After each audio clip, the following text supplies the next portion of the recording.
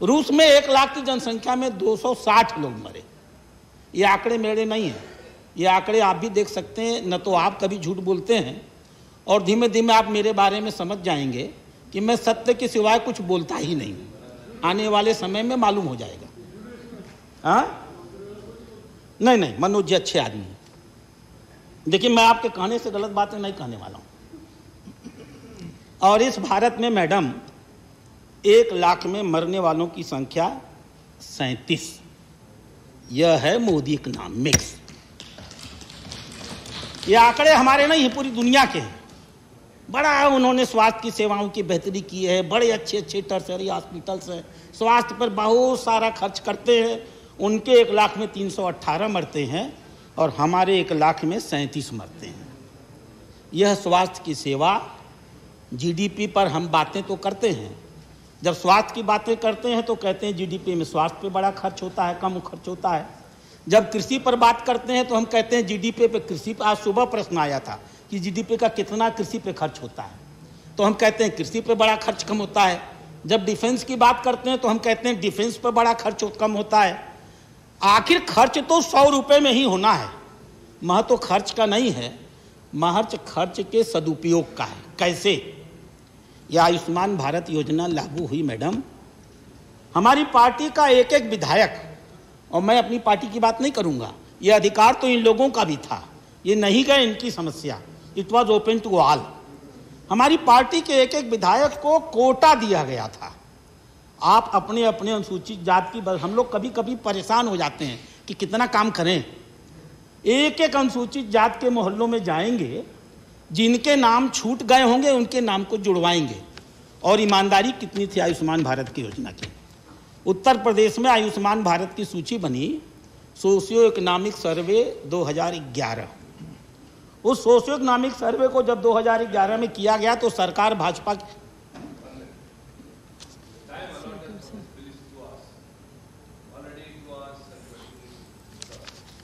much more time because other bills are waiting. Some more members have to speak. The member who has moved out to say his speech and minister has to reply and again he has to speak. Kindly please consider. 2 hours allotted already. Madam बहुत अच्छा लगा, बैठिए please. मुझे बहुत अच्छा लगा। Honorable Chairman has suggested that the House is running after a very long time. So let the it's important topic, let स्वास्थ्य it सेवाओं happen. में भारत की उपलब्धियों से दुखी है। इनको सच सुनने की आदत ही नहीं है। One more speaker, Shivaji. ये पहली बार मैं देख रहा हूं कि यह नीचे बैठे हुए लोग कह रहे हैं कि इतना क्यों बुलवाया जा रहा है। यहां तो सब मार करते हैं कि हमारी बातों को सुना जाए, इसलिए क्योंकि सत्य ऐसा ही होता है। इसीलिए हमारे शास्त्रों में लिखा है सत्यम ब्रूयात प्रियम ब्रूयात न ब्रूयात सत्यम अप्रियम। लेकिन आगे भी कुछ लिखा है ना, सत्यम ना नृतम ब्रूयात एस धर्म सनातन, असत्य भी मत बोलो। और हम लोग की सीमा यह है कि हमारी सत्य की उपलब्धियां इतनी बड़ी हैं कि हम क्या कहें और क्या न कहें। फिर भी चूंकि माननीय सदस्य ने आपत्ति दर्ज कराई है, मैं उनके इस आपत्ति का सम्मान करूंगा। मैडम, मैं कुछ बातें कह के अपनी बातें खत्म करूंगा। बोलने का मन तो बहुत था। माननीय सदस्य, मुझे उनका भी सम्मान करना है। नहीं, ठीक बात है। कल ये भी कहीं बैठ जाएंगे वहां तो क्या होगा, पटाखे रखना पड़ेगा ना। हाँ मैडम, हमारे यहाँ जो मेडिकल में टर्म्स आते हैं, इन्फेंट मोर्टेलिटी, अंडर 5 मोर्टेलिटी,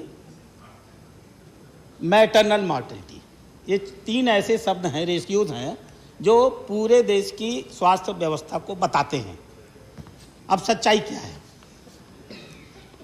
हमारे यहाँ माना जाता है कि कोई भी गर्भवती महिला है उसको एंटीनेटल केयर करना चाहिए।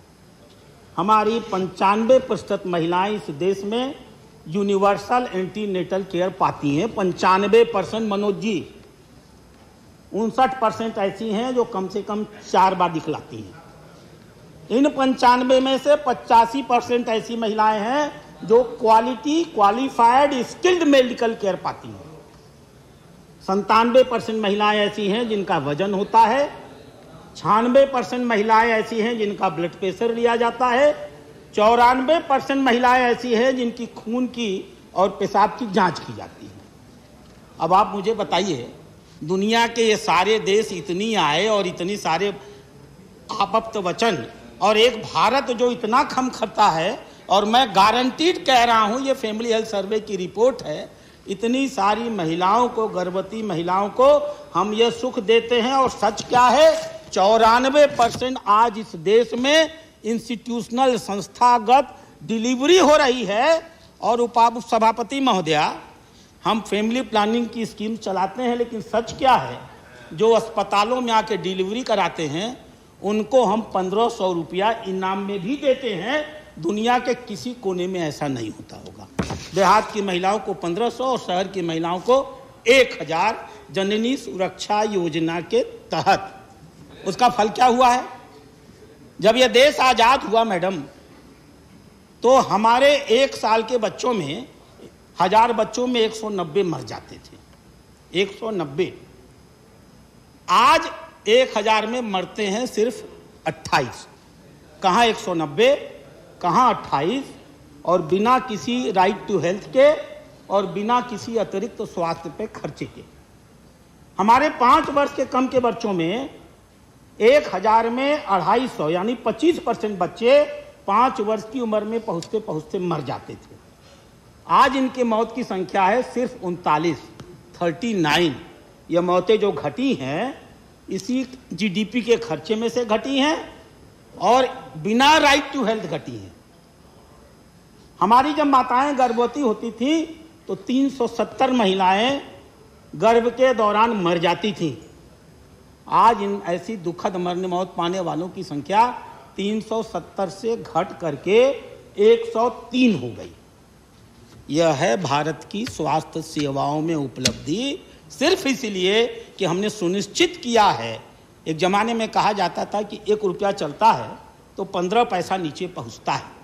आज हम गारंटी के साथ कह सकते हैं 1 रुपया अगर यहां से चलता है तो 1 रुपया नीचे पहुंचता है, कहीं बीच में गायब नहीं होता। और फल क्या हुआ? ये आंकड़े हैं उपसभापति महोदय। हम जब देश आजाद हुआ तो हमारे 1000 में से 28 लोग मरते थे, जिसको हम लोग क्रूड डेथ रेट कहते हैं। आज ये क्रूड डेथ रेट घट करके 7.5 हो गई, यानी 75% मौतों को हमने इसी स्वास्थ्य सेवा के बहाने रोक लिया। जब यह देश आजाद हुआ तो देश का औसत नागरिक 34 साल जीता था। हम कहते जरूर हैं कि यहाँ के लोगों की आय बहुत अधिक, उम्र बहुत अधिक होती थी, लेकिन आंकड़े इसी के गवाह हैं कि एक औसत व्यक्ति इस देश में, मनोज जी, 34 साल 1950 में जीता था और आज औसत व्यक्ति 70 साल जीता है, 69.79 वर्ष। हमने अपनी आय को इतना अधिक बढ़ा लिया इसी जीडीपी के खर्चे से और इसी राइट टू हेल्थ से। मैं एक बात कह करके अपनी बातें समाप्त करूंगा। हमारे केरल के बड़े मित्र बैठे थे, वो बैठे तो हैं एक संतोष जी, ये भी मेरे मित्र हैं। संतोष जी सब समझते हैं और समझते हैं केरल की बहुत बड़ी उपलब्धियां हैं। अमर सेन ने कभी लिखा था कि उत्तर प्रदेश में एक बच्चा पैदा होता है और केरल में एक बच्चा पैदा होता है तो दोनों की जीने की संभावना में 6 गुने का अंतर होता है। यह केरल की एक सच्चाई है। मैं इसलिए नहीं कह रहा हूं कि आप जान रहे हैं, मैं कहना नहीं चाहता हूं। केरल की एक सच्चाई थी कि वहां लिंग रेशियो 1000 में 1047 होता था।